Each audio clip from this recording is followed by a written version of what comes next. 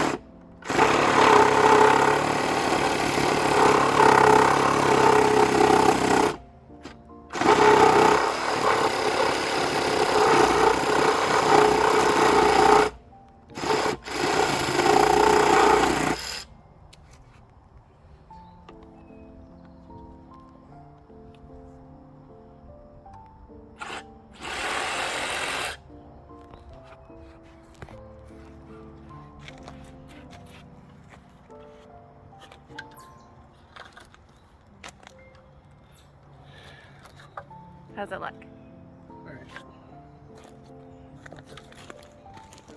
Not perfect?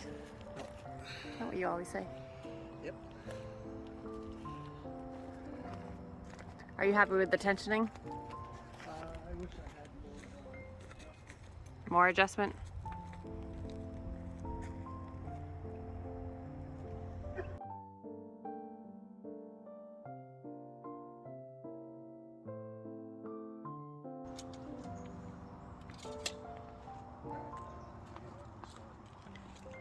All right, going with a plan B.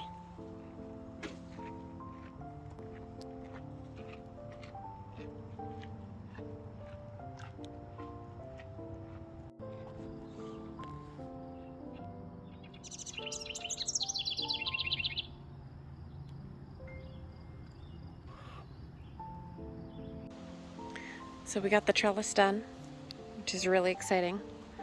Jace did amazing on this, so I wanted to walk around and show you guys how he finished it. We ended up putting a this year temporary fix, which I thought was a great solution, to make sure that there was no sag, because we didn't want to dig into the bed right now. So he used the U-bolts with the T-posts and just another piece of the red cedar, so it looks really nice and matches the rest of the wood on this bed. You'll see I haven't done this side.